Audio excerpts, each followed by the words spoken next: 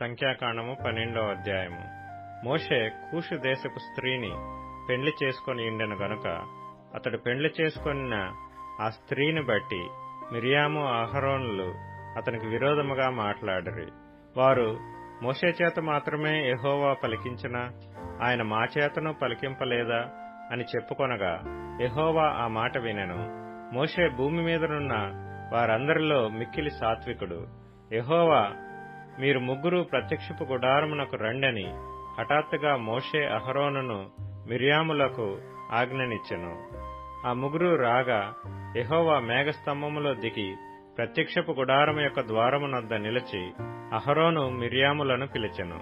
వారిద్దరూ రాగా ఆయన, నా మాటలు వినుడి, మీలో ప్రవక్త ఇండిన ఎడల యెహోవానగు నేను దర్శనమిచ్చి అతడు నన్ను తెలుసుకొనున్నట్లు కలలో అతనితో మాట్లాడుదును. నా సేవకుడైన మోషే అట్టివాడు కాడు. అతడు నా ఇల్లంతటిలో నమ్మకమైనవాడు. నేను గూఢభావములతో కాదు, దర్శనమిచ్చి ముఖాముఖిగా అతనితో మాట్లాడుదును.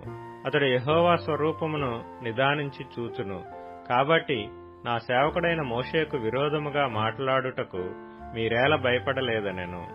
యెహోవా కోపము వారి మీద రగులు కొనగా ఆయన వెళ్లిపోయెను. మేఘమును ఆ ప్రత్యక్షపు గుడారం మీద నుండి ఎత్తబడెను. అప్పుడు మిరియాము హిమము వంటి తెల్లని కుష్టు గలదాయెను. అహరోను మిరియాము వైపు చూచినప్పుడు ఆమె కుష్టు గలదిగా కనబడెను. అహరోను, అయ్యో నా ప్రభువా, మేము అవివేకులము, పాపులమైన మేము చేసిన ఈ పాపమును మా మీద మోపవద్దు.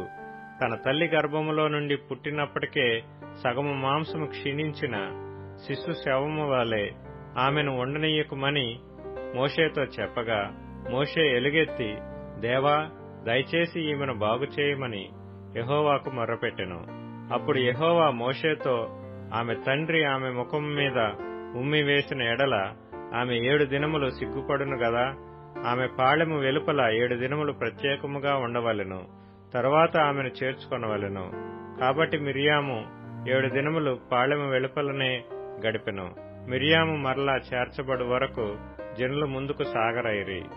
తరువాత జనులు హజేరోతు నుండి సాగి పారాను అరణ్యములో దిగిరి.